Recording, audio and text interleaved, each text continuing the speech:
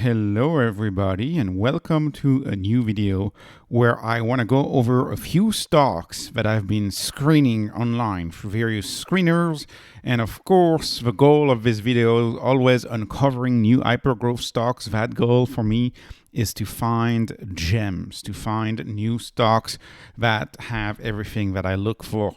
What do I look for? I look for very strong revenue growth, preferably more than 30%, although I've put a few under 30% in there because I believe they have over time, over a long term, a potential to get back to that level. I'm looking for higher gross margin, and I'm looking for cheap prices on an EV over revenue basis or EV over gross profit basis, inexpensive. I want it to be inexpensive. You can see all of these are fairly inexpensive, and I am lastly calculating my enterprise value over gross profit over revenue growth metric, which is my spin on the PEG ratio of Peter Lynch.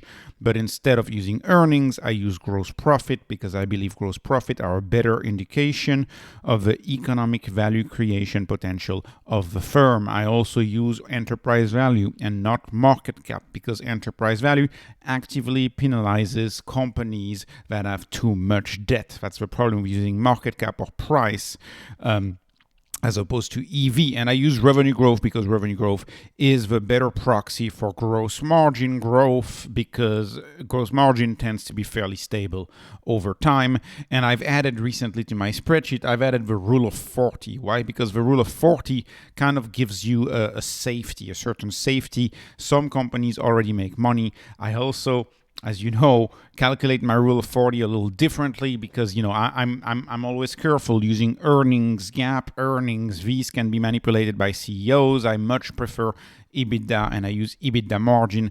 The rule of 40 tells you that a company is attractive when you add revenue growth plus the margin, the net margin, which I use EBITDA in my example, which is a better proxy for cash flow, I believe. If I add revenue growth and EBITDA margin, if I have more than 40, this is considered an attractive stock. If I reach more than 40, and so let me get started, and you'll see some of these stocks are very interesting. What's noteworthy before I even get started is I found two stocks that are as cheap as HIMS and as StoneCo, and that is MoneyLion and that is Bowman Consulting, which is a consulting company in the construction space. Absolutely not my space.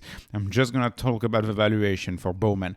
Interesting that these two have such good prices right now. So let me get started. First company I want to discuss is Xometry. Xometry reported their earnings a few days ago. A little bit of a disappointment. The CEO management guided just 20% growth. The analysts are still saying 22% forward growth. So that's a little low. The margin is also a little low at 38% for a platform, right? Xometry is a platform. They actually don't own anything. They are just a two-sided, two-party platform. They don't make that much money. So I'd like to see the gross margin go up. Nonetheless, Xometry is cheap, in the top tier cheapest. All of the stocks in this spreadsheet are in my top tier cheapest. And Xometry right now would have a rule of 40 of a 22 because they're not EBITDA margin profitable. They are guiding EBITDA margin in Q3 of 2024. So I'm still staying away from Xometry. In order for me to be interested, I would want to see the stock be cheaper or to see the growth really pick up in this company. Another company that I've covered on the channel before is ClearSecure, ticker symbol U. ClearSecure is an airport system that allows you to cut the line when you go through security at the airport. That is what they got started with. They are also getting into stadium and into office entry, office buildings. So they have a lot of avenue for growth. It's a trusted / secure way to enter a credentialed space, such as an airport where you have to actually show your ID. This speeds up the process because you don't have to see a TSA agent. You just deal with the ClearSecure machine, and it goes faster. And it's a subscription. It's $10-ish a month, and you get access to that subscription. A lot of people who travel a lot find that very valuable, and I must say this is also interesting, as if you travel a lot in the US, you may know that TSA pre is often not that special anymore because everybody has it. U is like another layer of special where you go faster. So interesting, very narrow business, right? Not the grand business you could think of, but they wanna extend into ID and identification in general.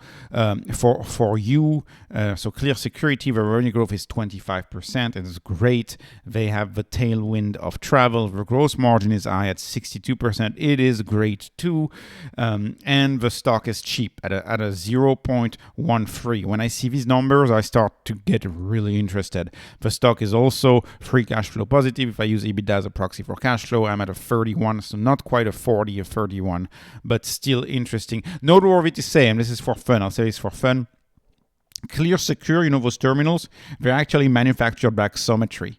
They're manufactured through a Xometry platform. So I just thought it was interesting. All of these up and coming new companies are part of a closed circle, and it's all very interesting to me. Okay, let's talk about another company, which is MoneyLion.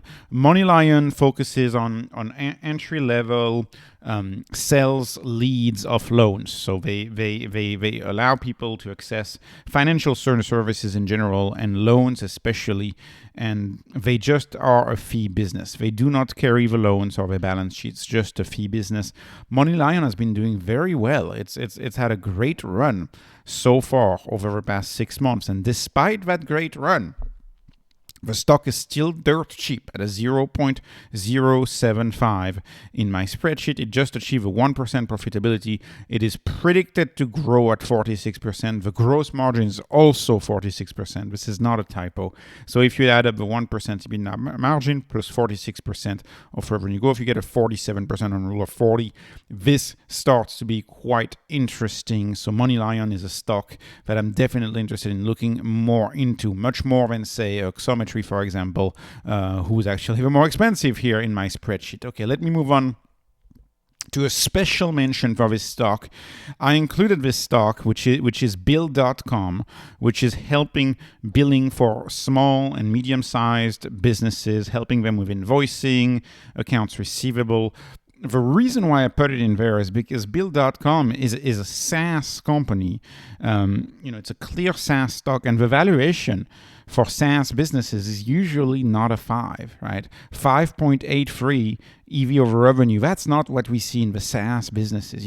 What is Snowflake's EV over revenue? Is it 25%, something like that? Yeah, it's about 25%, 25 times. Yeah, it's about 25 times. Actually, more than 25 times, and they're barely growing faster than 30%. So here you have a business that is in that sector that the market grants very high valuations for, but is valued like a small cap in another sector less desirable at this 0.22. I find it very undervalued for that sector, because whenever I go in the traditional IT/SaaS type business, I see valuation in the 0.8 here. So this stock is cheap. And it is also interesting because it's got great numbers. 30% revenue growth next 12 months predicted, and the gross margin is 86%. So that's becoming very high right here. And they are still EBITDA margin negative, but they will also be able to achieve that margin sometime in 2024 per the best of my ability of what I can say, right? So they'll likely reach that.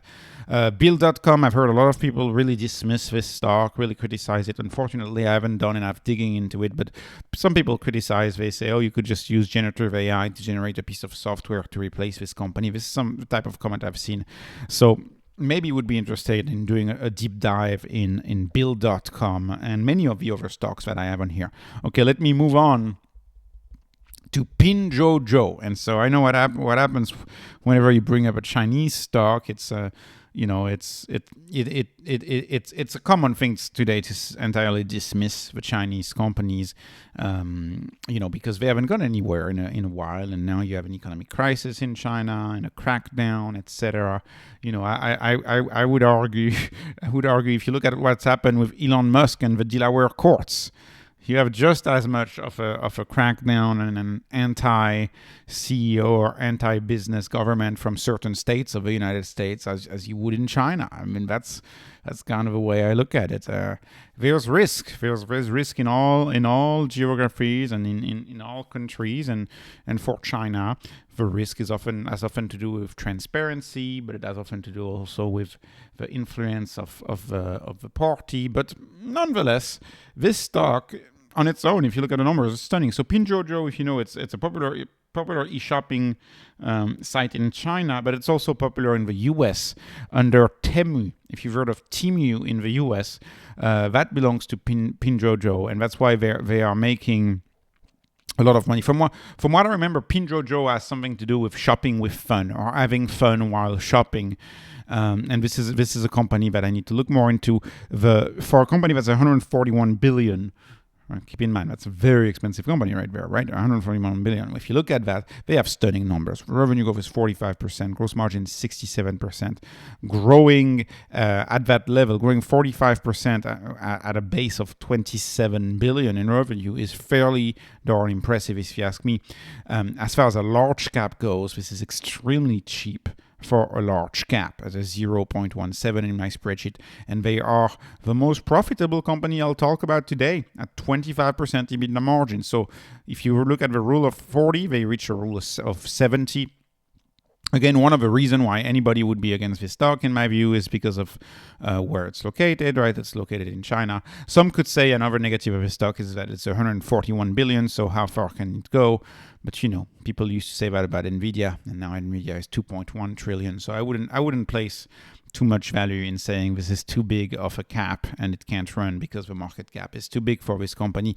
Now, let me move on to two old world companies that are actually growing really fast, as much as they are old world, not tech, not consumer, not lifestyle, not a neo brand, a neo bank, a neo pharmacy, none of that. This is a consulting business in the construction space that has grown quite a bit through acquisition, actually. And of course, I include that in the market cap. My enterprise value metric takes care into account of the debt, so we don't really have to worry as much about the acquisitions here, even though they've grown through a lot of tack on acquisition. Bowman Consulting, it's a founder-led business. Obviously, I don't know that space too well, but I do know numbers, and when I look at those numbers, it's predicted to grow at 39% over the next 12 months. That is the second cheapest stock in this spreadsheet after MoneyLion, and the enterprise value over gross profit over revenue growth metric is a 0.088. So cheaper than HIMS, cheaper than StoneCo right now for Bowman, and their EBITDA is at 6%. So that is a little lacking here, and we would have to see whether it has to do with consulting. Maybe that's the ceiling, or maybe that will keep going up. I don't know. I much prefer stocks with 86% margin, for example, right, or 62% margin even. But nonetheless, impressive growth for such a small business. And whether it is Bowman or Tidewater, these would be examples of companies. If you read the book 100 Bagger, they always say, oh, you can sometimes find 100 Bagger if you look at old world companies, old world businesses. What is Tidewater? Tidewater is a offshore shipping boat company, not shipping boat, regular boat, offshore maintenance boat company. They have a lot of boats that go offshore and go maintain oil drilling platforms, deliver supplies to drilling platforms in the Gulf, mostly in the Gulf of the United States. If you look at this company, it's predicted to grow quite a bit, 56% next 12-month revenue growth. They had great earnings recently. The gross margin is 41%, so very impressive for kind of analog type space business, operating with shipping boats. And this company is cheap, although not the cheapest. But if I had my full spreadsheet with 40 plus stock at a 0.22, this would be top tier cheap. This would be top quarter, first quarter cheap. And the EBITDA margin is already there at 24%. So that's 80% on the rule of 40. So you're doubling the rule of 40. You get revenue growth at 56%. Gross margin, really nice for that type of physical business. And so, and they have a few other things going for them. Like, for example, they've announced a buyback. That's another thing that they do, and interesting companies. Hopefully that gave you some ideas of some stocks that you might want to look at or do more research on. Please let me know in the comment section if you want me to do a deep dive on any of these or on a few of these. I am personally most interested in MoneyLion when I look at this spreadsheet. First and foremost, MoneyLion, and then the second one is Clear is interesting to me. The last one that I'll say is interesting to me is Bowman. Bowman I find interesting at this price, but the problem is I know very little about that industry. But I might listen to the conference call of Bowman and Tidewater as well, and listen to these conference calls because these companies are growing very fast. Bill, I have enough exposure when it comes to the SaaS space, so at this point I would not be interested in buying Bill. For PinDuoDuo, at this point I also would not be interested in buying PinDuoDuo because I find the stock has a lot of run, and I don't find the Temu shopping app that compelling. I'm afraid that Temu might be like the Wish app back in 2019, who became really big really fast, and then everybody forgot about it. It's kind of what I'm worried about for Temu, so I wouldn't be invested in PinDuoDuo. Xometry, like I said at the beginning of the video, this is something I'm waiting on. I want this stock to get cheaper before I get in, and if I don't get in, that is fine. I don't have to buy all of the stocks I see. So, not investment advice. This was just entertainment, edutainment, no financial advice at all. Please like, please subscribe. Thank you for watching, and have a wonderful day.